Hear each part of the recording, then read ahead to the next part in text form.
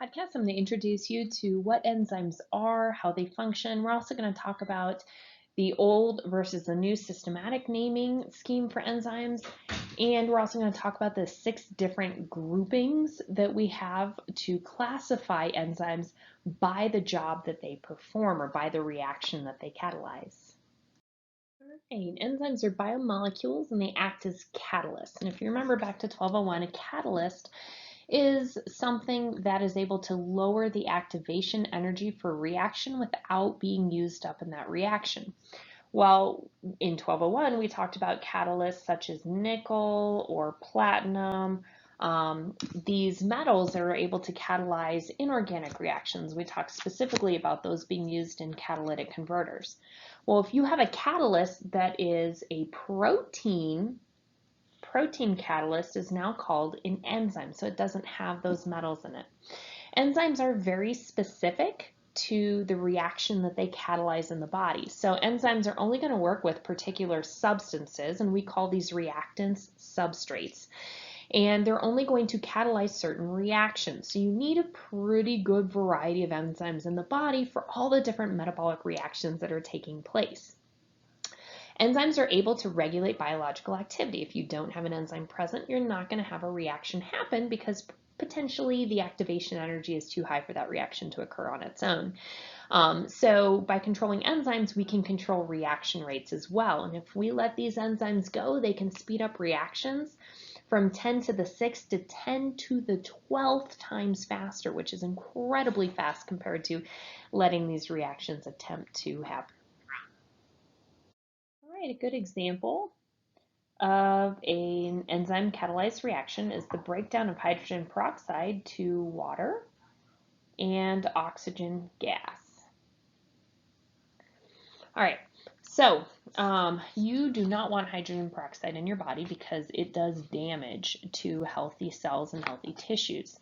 And hydrogen peroxide can be a byproduct of some metabolic reactions, so your body has to have something in place to make sure that that hydrogen peroxide gets dealt with.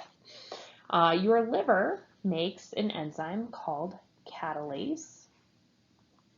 And catalase is able to catalyze the breakdown of hydrogen peroxide into less harmful water and oxygen gas. We see this reaction. We used to use hydrogen peroxide for wound care. If you got a cut, you would pour hydrogen peroxide on it and it would bubble up. The bubbles you were seeing were oxygen gas escaping, and you'd be left with water and the oxygen gas would escape. And hydrogen peroxide is very damaging to living cells. So the good thing is it's killing off bacteria and every other little grossness that you have next to your cut. The bad news is, though, it's also damaging your healthy cells. So we no longer use hydrogen peroxide on cuts, or at least we're not supposed to use hydrogen peroxide on cuts to disinfect anymore. All right, so you're not going to have to memorize how to name enzymes, but I would like you to have some understanding of where these naming schemes come from. Now we have a more systematic approach to naming enzymes, and it makes me nostalgic for the good old days. We'll talk about that in a moment. All right, so now we're going to take the first part is going to be named by the substrate upon which it acts. And the second part is going to identify the class of reaction. And on the next slide, we're going to talk about all the different classes of enzymatic reactions. So for example, succinate dehydrogenase is going to work on the substrate or the reactant, succinate, and it is an enzyme that functions as a dehydrogenase. Pyruvate decarboxylase is an enzyme that functions on pyruvate. Again, this is a lot more descriptive. This is a move in the right direction. This was a good idea. But what we used to do was we would take the name of the substrate. So say we have sucrose, a disaccharide, table sugar, and we would just change the ending to ASE. So the enzyme that functions on sucrose is sucrase. See how easy the ending was? The enzyme that functions on lipids is lipase. So I am a little nostalgic for the good old days, but we can gather a lot more information by using this more systematic approach to enzyme naming. We're very briefly going to go into the 6 groups that we classify enzymes into and talk very briefly about the reactions that they catalyze. So the first type of reaction we're going to look at, or that we're going to talk about, is an oxidoreductase, and these types of enzymes are involved in, you guessed it, redox reactions. So the names aren't necessarily difficult, but if we had a substrate that needed a redox reaction, needed to gain or lose electrons, we would classify that as being an oxidoreductase. Notice that we are maintaining the ASE endings in these so that we identify those as being enzymes.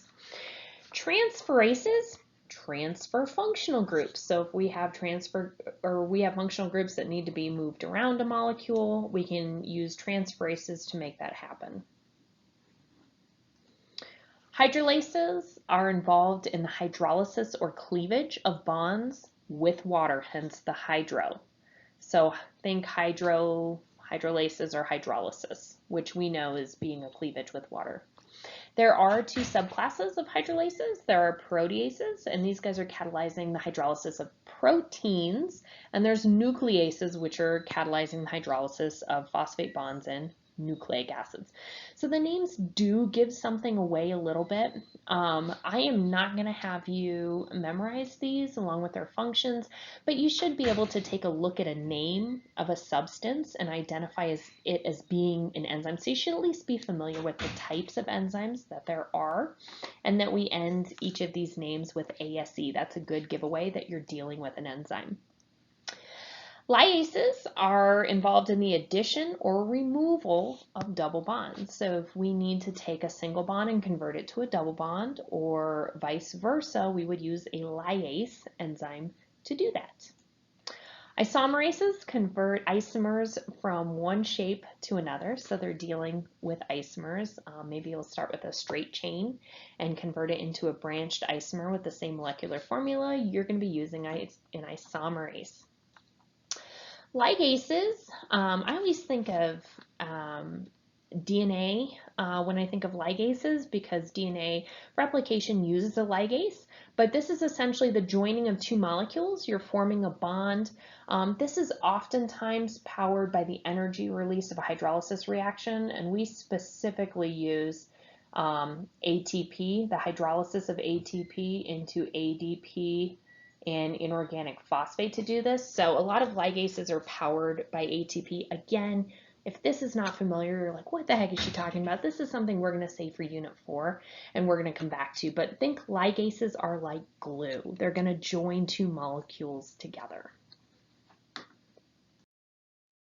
All right, I also like this table in the book if you don't like my notes, or maybe you want to dig a little deeper on the enzymes. Table 21.3 in your book goes through all the different types of enzymes, and they added a couple more in than we talked about, and what those do. Again, just have a basic understanding and recognition of whether you're dealing with an enzyme or not.